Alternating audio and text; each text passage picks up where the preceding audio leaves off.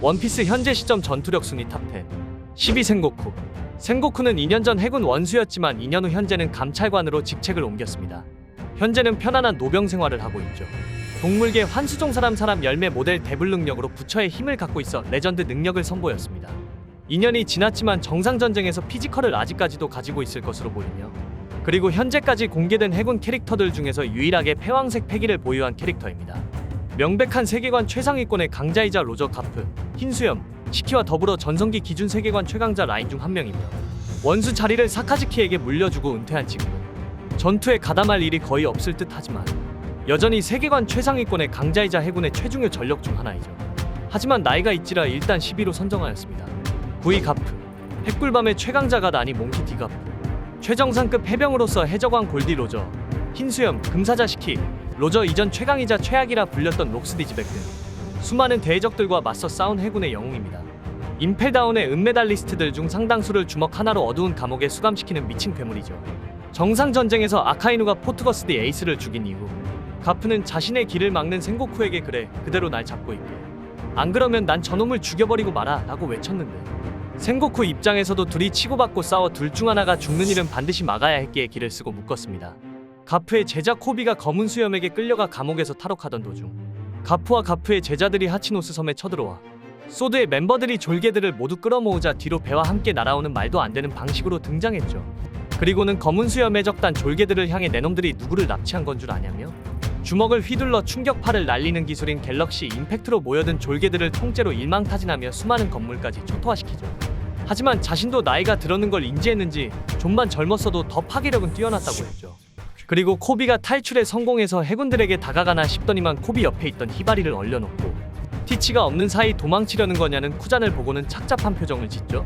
그리고 나서는 히바리를 원래대로 돌려놓고 해군으로 다시 돌아오라고 말해보지만 쿠잔이 이를 거절하고 지금의 제자를 위해 옛 제자를 쓰러뜨릴 수 있겠냐는 말을 하자 자신이 지금을 살라고 가르치지 않았냐면서 무장색 경화로 장착한 손으로 전 해군 대장 쿠잔의 머리를 붙잡고는 블루홀로 땅을 뚫고 지하 깊숙이 추락시키죠. 하리 루피. 태양의 신리카로 각성해서 요즘 폼이 많이 올라온 루피. 카이도우와 대결에서 거대화, 번개 던지기, 레드혹 등등 레전드 기술들을 선보였습니다. 그리고 패왕색 패기를 두르는 법도 습득하고 카이도우와 공방을 주고받았죠. 카이도우와의 격돌은 로저와 흰수염의 격돌과 동일한 연출이 사용되어 루피가 로저, 흰수염급의 강자가 되었음을 보여주었습니다. 이렇듯 카이도와의 싸움을 걸치며 호각으로 겨룰 수 있게 되었고, 즉 바다 전체에서도 사왕이나 해군원수 같은 바다의 패자들과 동급의 강자가 된 것이죠. 사력을 다하던 카이도에게 유효타를 먹이며 선전하지만 카이도우가 점찬 이카의 공격 패턴을 파악하여 날린 수많은 반격도 받아 고전하게 됩니다. 그래도 마지막 장면에서는 무려 오니가시마를 뚫어버릴 정도로 커다란 주먹을 만들어내며 카이도우에게 바지랑 건을 시전했고, 카이도우와의 일격 싸움에서 승리하며 처음으로 혼자 사왕을 격파하는 데 성공하게 됩니다. 그러므로 루피의 전력은 세계 최강자인 카이도와 대등한 싸움이 가능한 수준의 정점급 해적으로 성장했다는 점은 분명하죠. 다만 기력 소모가 심해서 결전병기 용도입니다.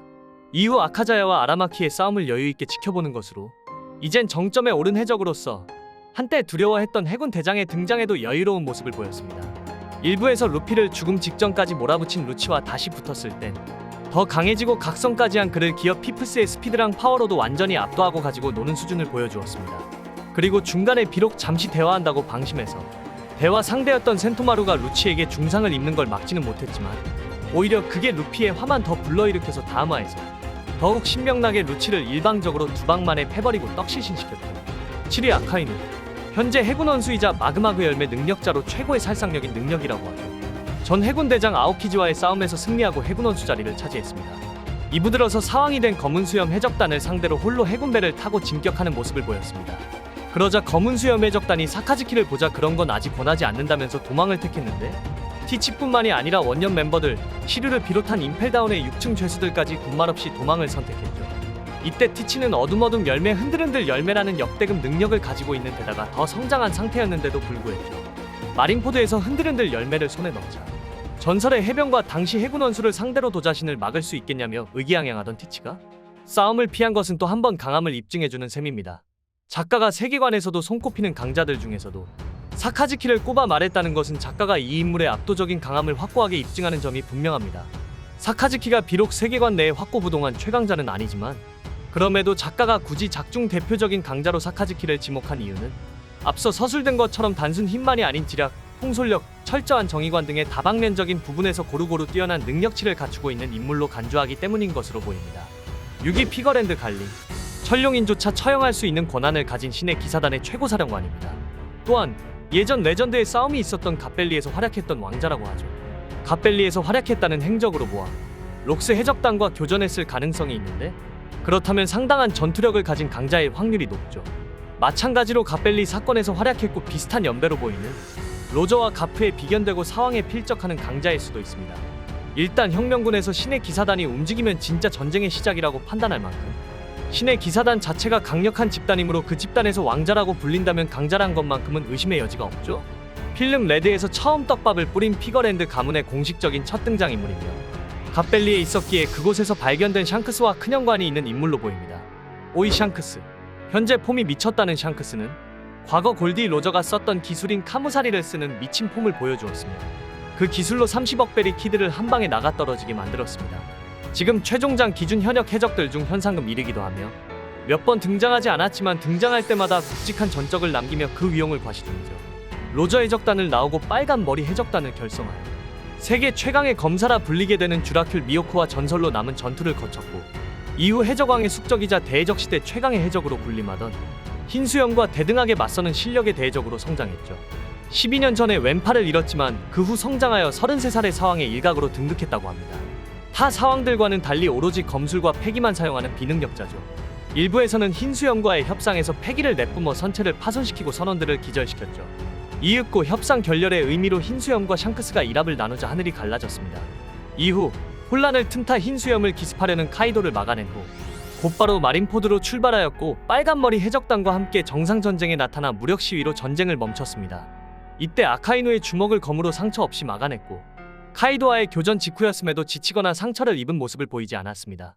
우동 죄수 채굴장에서의 키드와 킬러의 언급 때문에 자신에게 도전한 키드를 샹크스가 직접 쓰러뜨리고 한쪽 팔을 잘라갔다고 알려졌었으나 이것은 사실 부선장인 벤 베크맨 선에서 행해진 일로 그 당시의 키드는 샹크스에게 도달조차 못했다고 하죠. 패왕색 패기를 뿜으며 위압을 가할 수 있는데 먼 바다에서 발산한 패기임에도 불구하고 내륙에 있는 해군대장 아라마키가 순간 마비되고 능력이 풀렸으며 꽃의 도읍에 있는 사람들도 엄청난 패기를 느꼈습니다. 4위 티치. 샹크스의 안면에 흠집을 낸 장본인이며 트라팔가로우를 끝장낸 사왕입니다. 특히 티치는 작중 유일하게 악마의 열매를 2개나 사용하는 인물이며 갈수록 강해지고 있는 강자라는 점이 가장 예사롭지 않는 부분이죠.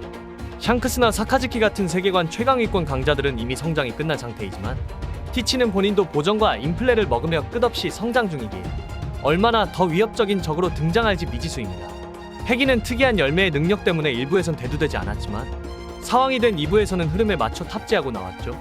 어둠어둠 열매의 능력이 방어에 마이너스가 됐으면 됐지 보탬은 없을 것임에도 불구하고 메인은 세라핌이 구사하는 산을 잘라넘기는 위력의 참격을 무장색을 두른 팔로 무난하게 방어해 내는 모습을 통해 패기 또한 상당히 강력함이 묘사되었습니다. 3위 몽키디 드래곤. 패왕색 패기가 있고 친부와 친아들은 둘 다 각자 세계관 최강반열의 무투파인데다가 세계 정부가 최악의 범죄자로 지목하고 있고 최소 7무회급의 간부들을 여러 명 두며 대놓고 정부의 방침을 어기는 활동을 하면서 마리조아까지 찾아가 일부 간부들의 힘만으로 대장들의 발을 묶고 선전포고를 할 수 있을 정도죠.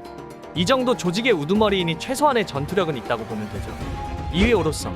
1085화에서 전원 변신 능력을 가지고 있음이 드러났는데 전원이 동물계 환수종 능력자인 것인지 아니면 다른 특수한 능력을 가진 것인지는 불명하지만 사보의 불주먹을 맞고도 그냥 살아있는 것과 현재 최종 보스로 거론되고 있는 이무 밑에 있는 간부이므로 아주 강력할 것으로 보입니다. 사왕 샹크스도 오로성에게 조아리며 존칭을 쓰는 것으로 보아 샹크스보다 더 강한 것으로 보이죠. 1위 이무. 현재 바스로 추정되고 있는 이무. 이글이글 열매를 먹은 사보의 공격을 이빨로 삼켜버리는 폼을 보여주었습니다. 과거 조이보이의 라이벌로 추정되고 있습니다. 마지막에 루피랑 싸울 인물로 현재 전투력은 현재 세계 최강으로 보이죠. 재밌게 보셨다면 구독과 좋아요를 눌러주시면 감사하겠습니다.